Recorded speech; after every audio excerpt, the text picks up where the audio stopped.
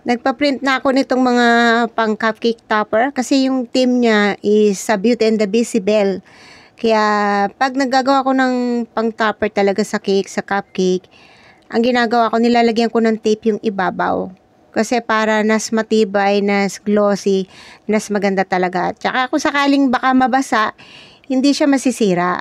Yun yung kagandahan lang talaga pag lalagyan mo ng tape yung pinakaibabaw. Make sure lang na flat talaga. Para dikit na dikit ng gusto yung tape. Meron pa akong ginagamit na isa pa, yung laminator. Ginagamitan ko ng cold laminating film naman. Yun yung ginamit ko doon sa pinaka cake topper. Yun, maganda rin gamitin yun kasi parang parang sa tape din. So kasi mas maganda talaga pag nakalaminate yung mga topper mo, syempre mas maganda talaga, mas matibay. Ang medyo mahirap lang naman dito pag ganito yung ginagawa, yung yung maggugupit. Lalo na pag yung mga karakter na gugupitin mo, medyo maliliit talagang, yun yung medyo mahirap talaga gawin, maggupit. Lalo na pag dito sa pang cupcake topper, kasi nga, syempre, mas maliliit na to, kaya medyo mahirap gupitin.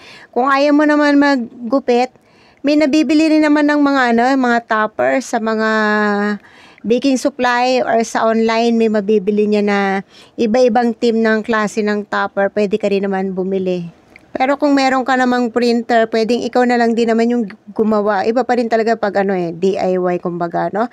So yung ginamit kong dito, photo paper yung ginamit kong pang print dito sa character ni Belle, kasi para syempre yung premium na photo paper, syempre para may quality talaga, maganda yung yung kalalabasan ng pagkaka-print nung character na gusto nating i-print.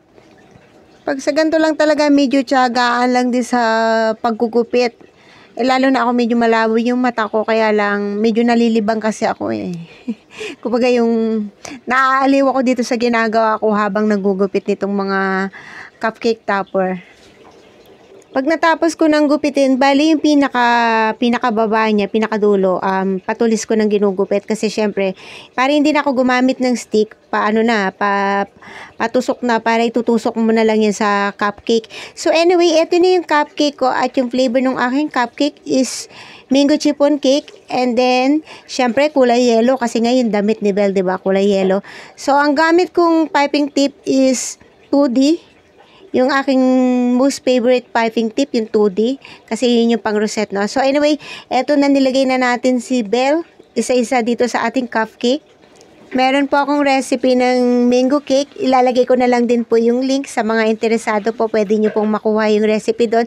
So ito na yung itsura ng ating cupcake na ang team niya is si Belle.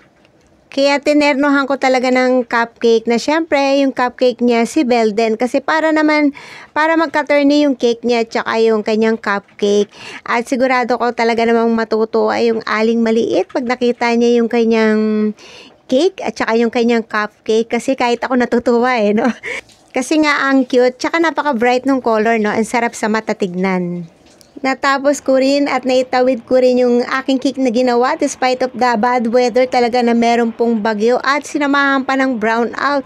Pero sulit naman kasi ito naman yung kinalabasan, at alam ko namang talagang matutuwa yung birthday celebrant. So that's it guys. I hope nag-enjoy kayo sa aking video for today. Thank you for watching at ingat-ingat po. God bless everyone. Diyos mabalos. Bye-bye.